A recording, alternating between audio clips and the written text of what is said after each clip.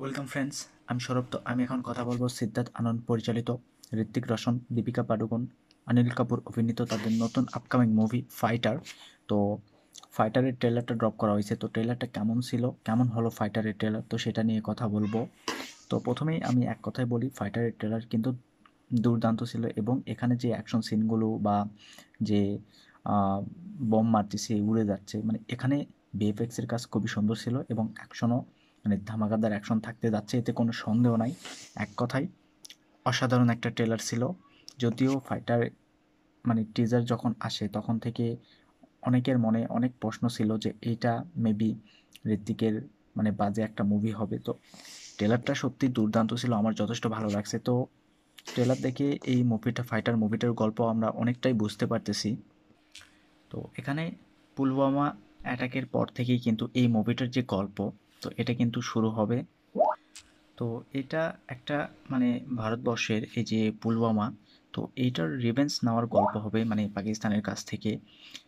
তো যেখানে আমরা এই যে ঋত্বিক রোশন, দীপিকা পাডুকোন, যারা কিনা মানে কখনো একত্রিত হয়ে কোনো কাজ করে নাই এবং সবাই মিলে এই যে প্রত্যেকটা ক্যারেক্টার, তো সবাই একত্রিত হচ্ছে এই মানে রিভেঞ্জটা নেওয়ার জন্য।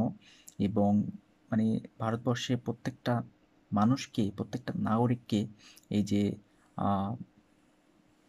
ইন্ডিয়ান আর্মি, তো এরা কিন্তু সবসময় সেফটি দিয়ে থাকে, তাদের জন্য কাজ করে।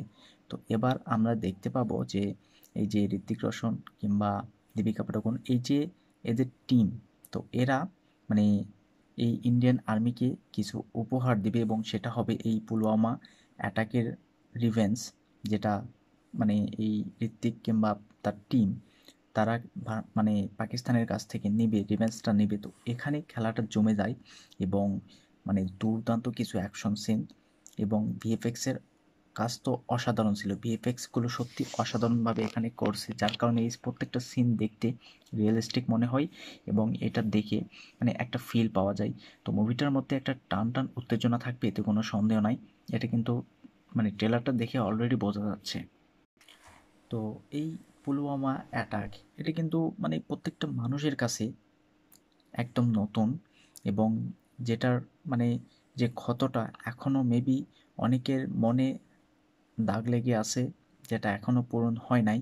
তো এই যে মানে একদম ফ্রেশ, তো এই ফ্রেশ গল্পের ওপরে ফাইটার মুভিটা হবে এবং যার কারণে আহ, মানে মেকার্সরা এখানে অনেক কিছু রিভিল করে দিয়েছে। মানে এই যে আহ, গল্পের যে কাঠামো, এটা সম্পর্কে কিন্তু দর্শককে অলরেডি মানে রিভিল করে দিছে। এর কারণ হলো যে এই যে ক্ষতটা যেটা দর্শকের মধ্যে এখনো আছে, তো মেবি মানে অন্ততপক্ষে সেটাকে আরেকবার সেলিব্রেশন করা বা আরেকবার সেই জিনিসটাকে মনে করে আনন্দ করা, রিভেঞ্জটার বিষয়টা, তো যেটা করার জন্য মেবি দর্শক হলে গিয়ে এই ফাইটার মুভিটা দেখবে, আমার যতটুকু মনে হয়।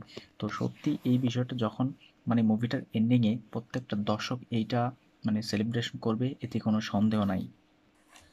তো ওয়েল এডিটেড একটা ট্রেলার ছিল, ট্রেলারে দেখবেন মানে নাচ গান বা কমেডি কোনো কিছুই কিন্তু সেইভাবে জায়গা পায়নি এবং ট্রেলারটা এত সুন্দরভাবে এডিট করা হয়েছে যে এখানে মূল বিষয় এবং এই যে সিনগুলো, অ্যাকশন সিনগুলো যেগুলো মানে সুন্দরভাবে এখানে ট্রেলারটাতে দেখানো হয়েছে। তো ট্রেলারটা খুবই সুন্দর ছিল এবং ট্রেলারটা আপনি বারবার দেখবেন কিন্তু কখনো বোরিং ফিল করবেন না, এত সুন্দর একটা ট্রেলার হয়েছে।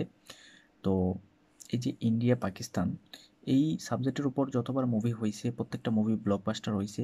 তো ফাইটার এটাও ব্লকবাস্টার একটা মুভি হবে, এতে কোনো সন্দেহ নাই। এবং একটা টান টান উত্তেজনা এবং ঋত্বিকের মানে সেই সুপার স্টার মানে সুপার স্টারডাম, সেটা কিন্তু এখানে বজায় থাকবে। অর্থাৎ ঋত্বিককে যেভাবে এখানে প্রেজেন্ট করা হয়েছে, দেখবেন সে হেলিকপ্টার থেকে নামে বা সে জয় হিন্দ ডায়লগ দেয়, প্রত্যেকটা জিনিস কিন্তু খাসা, একদম দুর্দান্ত ছিল। এবং ট্রেলারটা আমি সত্যি খুব এনজয় করছি, অসাধারণ একটা ট্রেলার ছিল। তো আমার মতে আবার মানে 2024 ব্লাস্ট করতে আসতেছে ফাইটার।